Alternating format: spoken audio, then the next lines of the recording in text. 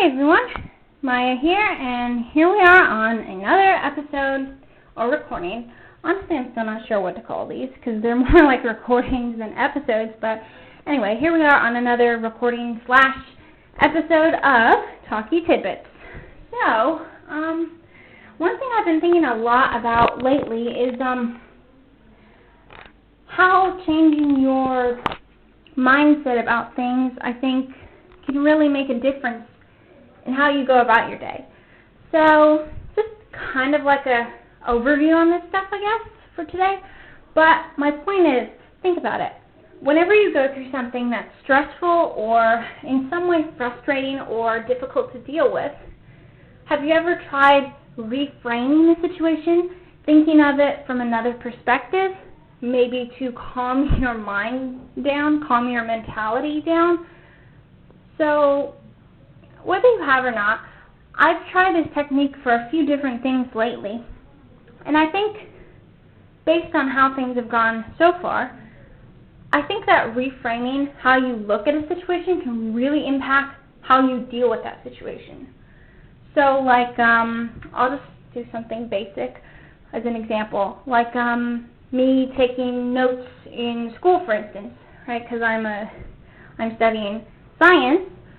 And one thing I've noticed is that a lot of times for certain classes, I would consider it stressful to, say, take notes for a particular subject's lectures for the week. And then I would ask myself, why do I feel stressful about this? So this is when I started to try to reframe the situation, try to change my mentality a little bit. So this happened recently with one class. I was thinking to myself, why am I dreading, basically? Why am I dreading taking notes for this? Is it because they're long lectures? Because, I mean, that's part of the reason that I've been excited about this point in my life, that I'd actually be learning stuff in more detail than back in, like, pre-college years, right? Where it feels like you're kind of scratching the surface of everything that you study about. So then I thought about it, and I asked myself, like, if I could change the way I take notes for this class, will that improve the situation? Maybe that was the underlying problem, and it wasn't really the material or the subject itself that I was dreading.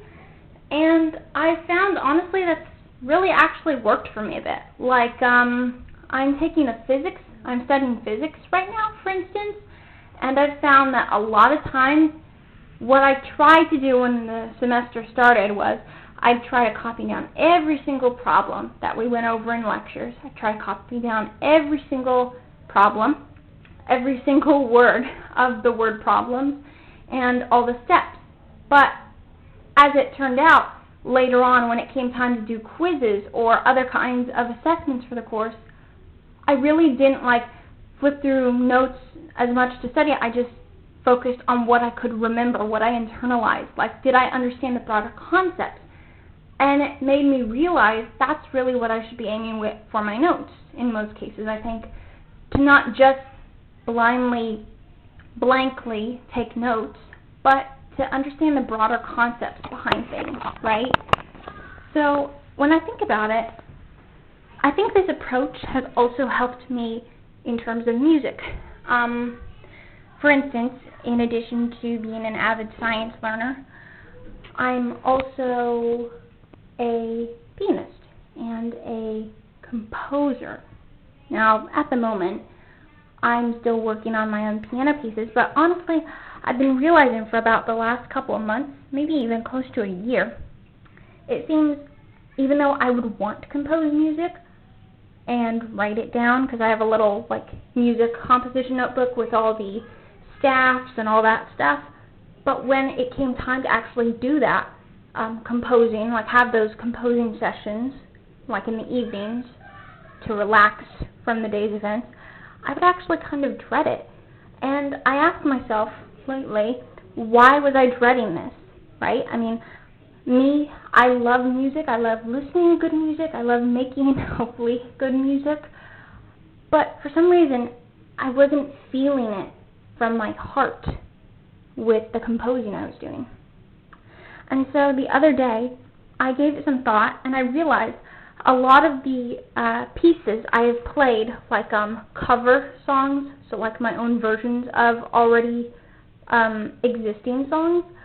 I realized when I came up with those covers, because see, they were by ear, so I didn't write down any sheet music. I just had like a little notebook. I jotted down the lyrics, and then I jotted down, like, you know, okay, this chord is here. Like one song, I've got the E chord, right? So E major, and then I've got A, the key of A, and I've got what was it? C sharp minor, right? I just wrote down chords because honestly, I always looked up to jazz music because of the reputation it has with improvisation, with coming up with the music, the notes, the way it's played on the spot. You know, you don't plan in advance for it so much.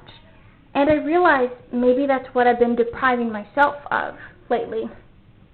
Now, it's not to say I'm going to go back through all the pieces I've already written and like totally change them, but it made me realize the notes that I write on the paper don't have to make the songs I create so rigid or set in stone.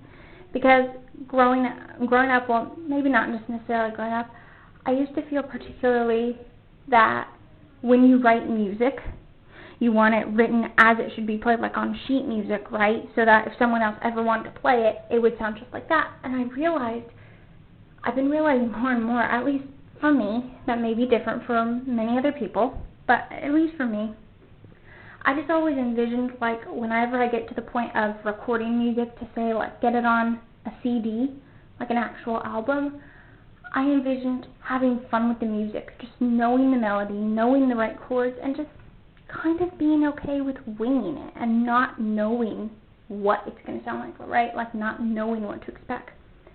And so the other day, I looked at where I was because I'm currently in the middle of composing my 9th piece, so piece number 9, and I looked at where I was so far, and I just decided, well, you know what, this is mine. It's a composition notebook, but it's still a notebook I own, therefore, like all my other notebooks, I can tweak it however I prefer to. So what I did, I wrote a little note, because I decided I wanted to make little, like, notes in it as I go along, so it'll kind of have that experience and memory associated with it, and not just like a simple set of notes and blah blah here and title, but just like so I'll remember these thoughts I was having when I was writing them. So what I did instead, well, I imagine among a lot of musicians or a lot of classically trained pianists or composers, maybe this kind of thing would kind of be the thing to like spark a controversy, but in short, the kind of notation I'm using to write my music now is a bit eccentric, I guess. It's definitely not your usual notes with the lines and all that stuff. What I'm doing, I think of the melody, right? Because lately what's really helped me remember the tune of the song is having some kind of words or lyrics behind it, right? I'm a poet, so that kind of thing is just, it goes hand in hand with the music. A lot of my poems have been inspired by music, and in turn, a lot of my music lately has been inspired by poetry. So what I've done then is I've been jotting out the lyrics, and I think about the one singular note that describes each part of those lyrics. And I write those down, right? I just write like if the word I sounds like I just write down the one note in musical notation, the one note that goes, so I'll know, right? And then below that, in the place where traditionally I would write notes for the bass clef, I've chosen not to at this point because honestly I've noticed I seem to be able to play piano a bit better, at least when it comes to my own composed stuff. I seem to play a bit better when I just don't plan out the left hand so much and just leave it up to my understanding of musical theory and chords and a little bit of improvisation to come up with that. So what I do, I just write down the chord. So like if the song is if that part of the song is F minor, then I just write down F minor. So I'll know, I will see the note that goes with the lyric, and I will also see the chord that that note belongs to, so then I can just wing it from there. So maybe it sounds a bit weird, but for now it's working for me because I feel like I'm actually able to stay connected, stay motivated in the music. So it's definitely been going well. But I think that's just an example of how things can go when you reframe your situation. And maybe learn something new in the process. Just learn new things from trying something unusual, I think. And I think maybe that's another important part of life. You gradually learn that even if you're not like 99% of the people around you, that's okay, because I think you're finding your own way in life. And sometimes you're going to find that certain methods that work for you don't work for many people around you. But it certainly doesn't mean you're the only one who is different in that sense. And honestly, one message I've always held close to my heart since I was little: being different is what makes you unique. And I don't mean that, I could delve deeper into that, like when it comes to morals. Now, don't get me wrong, I still firmly believe there is a strong significance for having good morals, like, being able to tell whether you should or should not do something, for instance.